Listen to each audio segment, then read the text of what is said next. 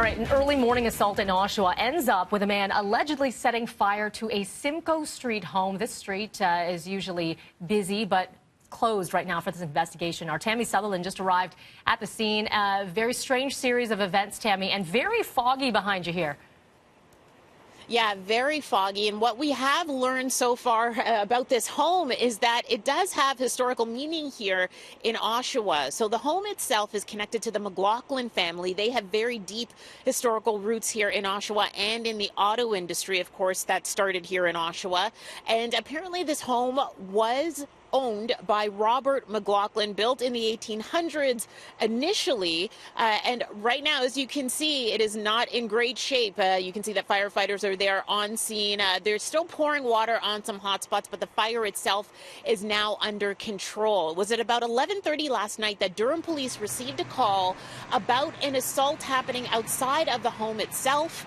And then shortly after, a man was seen running back into this home, barricading himself inside at the top floor, and then shortly after that, a fire began. Now, firefighters initially would not go inside of the home. They were fighting it defensively instead because of the fact that this man was inside and had barricaded himself in the upstairs.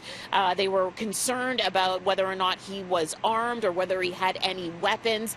It wasn't until police were able to arrest the man that firefighters then went inside and they were able to get this fire under control. Now, the man has been arrested. As for charges, we're still waiting for official charges and some more information on him and the cause of the fire as well. As for a damage estimate, we still don't know that yet. Looking to get some more information about that. But as you can see, the fire itself and the damage that it's left behind is pretty significant. Mel, I'll send it back to you for now. All right, thank you so much for that update. That's our Tammy Sutherland live in Oshawa. Here in Toronto, police investigating after a double stabbing downtown. This happened just after 2 in the morning at Yonge and Gould Streets, just outside the Ryerson Student Center.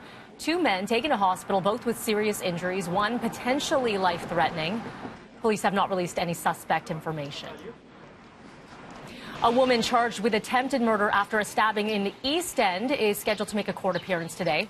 Officers called to an apartment building on Parma Court. This is near Victoria Park and Eglinton Avenue. Just after 9 yesterday morning, police allege a man and a woman were arguing when a man believed to be in his 40s was stabbed multiple times. He was rushed to hospital with serious injuries. A woman reportedly attempted to escape by jumping off a 7th-floor balcony. 42-year-old Deirdre Martin is facing several charges, including attempted murder. And a section of Highway 9 west of Schaumburg remains closed this morning as the OPP investigate a fatal hit and run. A 27-year-old male cyclist was killed when he was struck. He was declared dead at the scene a little after 10 this morning. So far, the OPP have not released his name. This happened between the 15th and 17th side roads. Police still trying to identify this vehicle involved.